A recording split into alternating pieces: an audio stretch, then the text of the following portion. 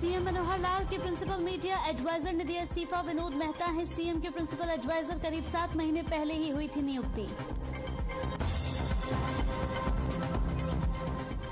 खाद की किल्लत पर बोले सीएम, कहा खाद की नहीं आने दी जाएगी कमी। 3 दिन में पहुंचे खाद के 8 रैक। 3 दिन में मिलेंगे खाद के और 9 रैक। सीएम मनोहर ने दी राष्ट्रीय पत्रकारिता दिवस की शुभकामनाएं। ट्वीट कर लिखा, लोकतंत्र के चौथे स्तंभ ने हमेशा ही समाज की आवाज बनने का कार्य किया। भूपेंद्र हुड्डा ने अपने आवास पर बुलाई कांग्रेस विधायक दल की बैठक। ऐलनाबाद उपचुनाव के नतीजों पर होगा मंथन। शीतकालीन सत्र में मुद्दों को लेकर हो सकती है चर्चा। जींद में किसान करेंगे राज्य स्तरीय बैठक। दिल्ली कूच को लेकर तैयार करेंगे रणनीति। शीतकालीन सत्र में 500 किसानों का जत्था रोज करेगा संसद कूच। और पहलवान निशा मामले में आरोपियों ने किया खुलासा। कुश्ती एकेडमी के रसोइये ने काटी थी सीसीटीवी की केबल। 2 दिनों की पुलिस रिमांड पर हैं आरोपी।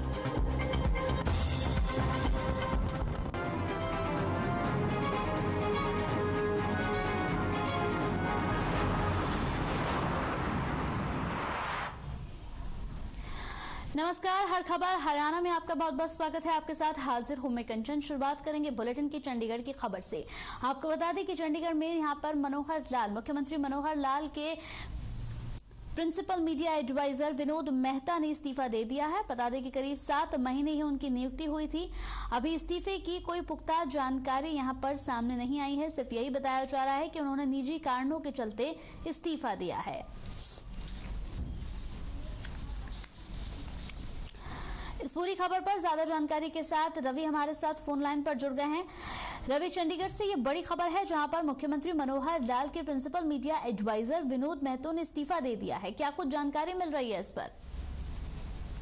जी बिल्कुल, मुख्यमंत्री मनोहर लाल खट्टर के principal media adviser Vinod Mehta ने इस्तीफा दिया है और उन्होंने इस इस्तीफे को लेकर अपने निजी कारण बताए हैं। उन्होंने बताया है कि उनका स्वास्थ्य जो है वो काफी दिनों से जो है वो खराब चल रहा है और साथ ही साथ उनका जो निजी व्यवसाय है उसमें भी काफी नुकसान उनको झेलना पड़ रहा है, जिस वजह से उन्होंने इस्तीफा दिया है। और उन्होंने मुख्यमंत्री मनोहर लाल खट्टर से अपील की है कि वो उनके इस्तीफे को एक्सेप्ट करें। जी, साथ ही यहाँ पर ये भी बात सामने आ रही है कि निजी कारणों की वजह से उन्होंने इस्तीफा दिया। उन्होंने कहा कि जब से वहाँ यहाँ पर प्रिंसिपल मीडिया एडवाइजर के पद पर तैनात हुए हैं, जब से यहाँ पर वो पहुंचे हैं, इस जिम्मेदारी को संभाला है, तब से उनका स्वास्थ्य भी ठीक नहीं रहता है। ये खबर भी सामने आई है।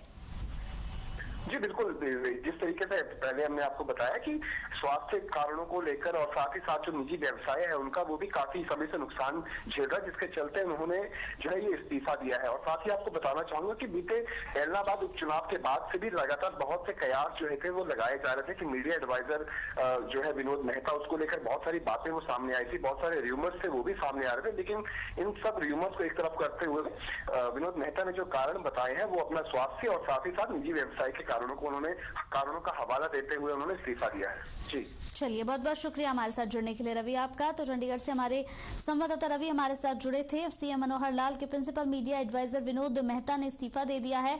बता दें कि करीब 7 महीने ही उनकी नियुक्ति हुई है, 7 महीने पहले ही। अभी इस्तीफे की कोई पुख्ता जानकारी भी सामने नहीं आई है, लेकिन जब उनसे कारण पूछा गया तो उन्होंने साफ तौर पर बताया कि उनका व्यवसाय नहीं ठीक से चल पा रहा है और इसके साथ ही निजी कारण उन्होंने बताया कि उनका स्वास्थ्य भी ठीक नहीं रहता है, जिस वजह से वो ये इस्तीफा दे रहे हैं।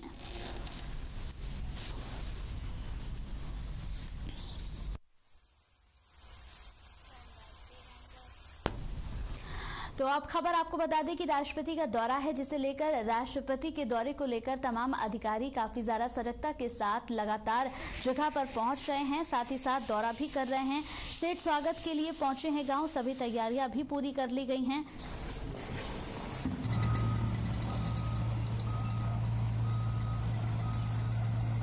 तो आपको बता दें कि लगातार बवानीखेड़ा सेठ स्वागत के लिए गांव पहुंच गए हैं। साथ ही साथ इस दौरे को काफी महत्वपूर्णता के साथ देखा जा रहा है। तमाम तैयारियां भी कर ली गई हैं, तस्वीरों में भी आप देख सकते हैं।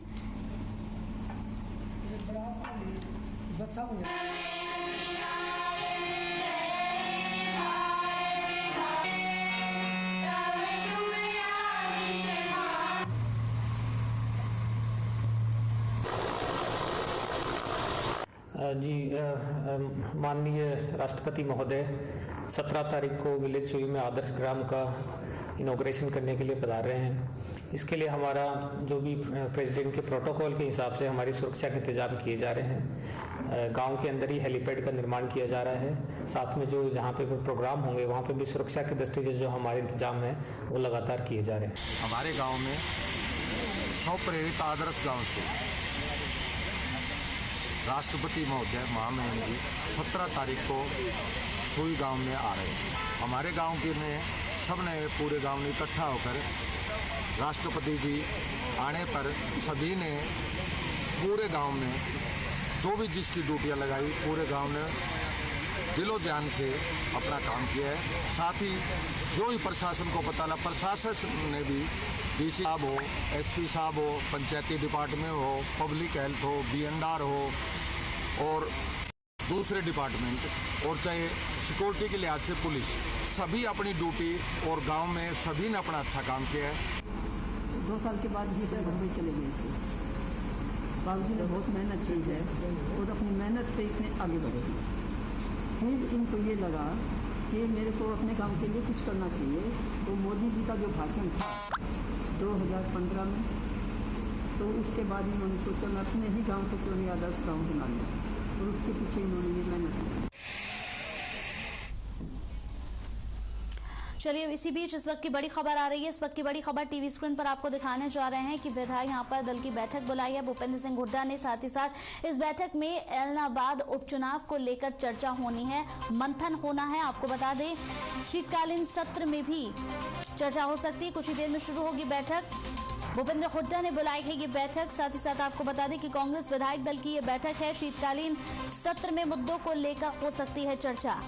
तो ऐलनाबाद उपचुनाव में हार के बाद मंथन की जरूरत है अब कांग्रेस को, ये मानना है भूपेंद्र सिंह हुड्डा का। भूपेंद्र सिंह हुड्डा ने अपने आवास पर ही कांग्रेस विधायक दल की बैठक बुलाई है। कुछ ही देर में ये बैठक शुरू होने वाली है। इस वक्त की बड़ी और अहम खबर आपको बता रहे हैं। ऐलनाबाद उपचुनाव के नतीजों पर मंथन अभी होना बाकी है। शीतकालीन सत्र को लेकर भी चर्चा हो सकती है। आपको बता दें कि ऐलनाबाद उपचुनाव में हार के बाद इसकी टोपी उसके सर पहनाने का काम कांग्रेस के अंदर बड़े ही आराम से चल रहा है। हर एक को यहाँ पर इस हार का जिम्मेदार ठहराया जा रहा है। ऐलनाबाद उपचुनाव के नतीजों को लेकर भी मंथन हो सकता है। इसमें सीएम मनोहर, आप माफ कीजिएगा, भूपेंद्र सिंह हुड्डा ने अपने आवास पर कांग्रेस विधायक दल की बैठक बुलाई है। ऐलनाबाद उपचुनाव के नतीजों पर यह मंथन होगा। शीतकालीन सत्र में मुद्दों को लेकर भी चर्चा हो सकती है। इस पूरी खबर पर ज्यादा जानकारी के साथ संवाददाता रवि हमारे साथ फोन लाइन पर जुड़ गए हैं। रवि, भूपेंद्र हुड्डा ने अपने आवास पर कांग्रेस विधायक दल की बैठक बुलाई है। कहीं ना कहीं कांग्रेस भी ये मान गई है रवि कि ऐलनाबाद उपचुनाव के बाद अब बहुत जरूरत है उन्हें मंथन करने की। जी बिल्कुल, जिस तरीके से ऐलनाबाद उपचुनाव के नतीजे आए उसके बाद से मंथन जो है वो कांग्रेस के लिए बहुत जरूरी बन चुका है। जिस तरीके से एक तरह से उनके उम्मीदवार की जो जमानत जब्त होने होगी, उस तरीके से ये मंथन करने की बहुत ज्यादा जरूरत है। और आपको बताना चाहूँ कि बैठक के अंदर जो है शीतकालीन सत्र को लेकर, इसके अलावा जिस तरीके से विपक्ष आपके समाज को लेकर जो एक गुटबाजी चली हुई है कांग्रेस के अंदर भूपेंद्र सिंह हुड्डा गुट और साथ ही साथ सैलजा गुट के भीतर, उसको भी सुलझाने का जो है वो प्रयास किया जाएगा। तो ये तमाम बैठक जो है 11:30 बजे के करीब उनके आवास पर कांग्रेस विधायक दल की बैठक होगी और उसके बाद 12:30 बजे जो है वो बैठक को लेकर जो है प्रेस वार्ता भी करेंगे। जी, शीतकालीन सत्र में मुद्दों को लेकर भी चर्चा हो सकती है रवि इसमें। जी बिल्कुल, शीतकालीन सत्र के मुद्दों को लेकर जिस तरीके से किसानों का मुद्दा हो गया, भर्तियों का मुद्दा हो गया, भर्तियों में हुए विवादों का जो मुद्दा है उसको लेकर भी वो जरूर जो है उस मुद्दे को भी उठाना चाहेंगे। इन तमाम मुद्दों को लेकर जो है विपक्ष जो है वो सरकार को घेरने का प्रयास जरूर करेगा। जी चलिए, बहुत बहुत शुक्रिया रवि हमारे साथ जुड़ने के लिए। तो बड़ी खबर इस वक्त की, भूपेंद्र सिंह हुड्डा ने अपने आवास पर कांग्रेस विधायक दल की बैठक बुलाई है। ऐलनाबाद उपचुनाव के नतीजों पर मंथन होगा। शीतकालीन सत्र में मुद्दों को लेकर चर्चा हो सकती है। इस वक्त की बड़ी और अहम खबर टीवी स्क्रीन पर, कांग्रेस विधायक दल की बैठक है आज। कुछ ही देर में ये बैठक शुरू होने वाली है। भूपेंद्र सिंह हुड्डा ने अपने आवास पर ही कांग्रेस विधायक दल की बैठक बुलाई है। ऐलनाबाद उपचुनाव में हार के बाद लगातार कांग्रेस को मंथन की जरूरत पड़ रही है। तो लगातार मंथन की जरूरत यहां पर कांग्रेस को पड़ रही है और इस बैठक में शीतकालीन सत्र को लेकर भी चर्चा हो सकती है।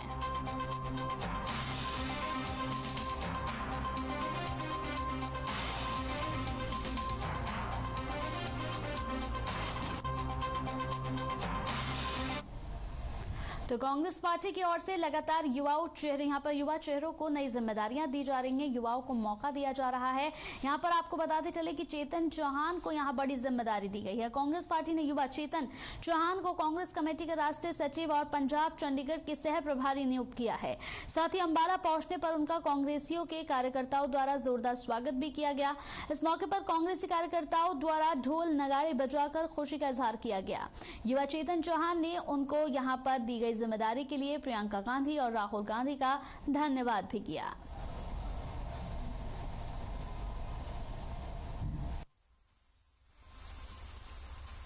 राहुल गांधी जी का, प्रियंका गांधी जी का और सारी कांग्रेस पार्टी की शीर्ष नेतृत्व का धन्यवाद करता हूं कि मेरे जैसे जिसका राजनीतिक परिवार से कोई सरोकार नहीं है, एक आम परिवार से उठकर यहाँ तक मैं पहुँचा और मेरे को सम्मान दिया, इसके लिए उनका बहुत बहुत धन्यवाद।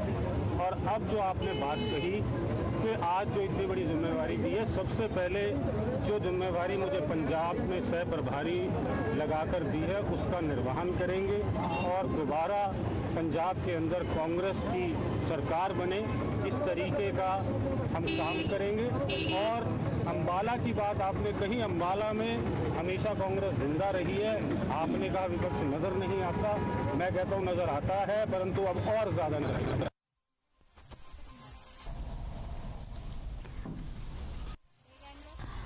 तो चलिए इसी बीच इस वक्त की बड़ी खबर जींद से आ रही है। जींद से इस वक्त की बड़ी खबर टीवी स्क्रीन पर आपको दिखाने जा रहे हैं, जहां किसान करेंगे राज्य स्तरीय बैठक।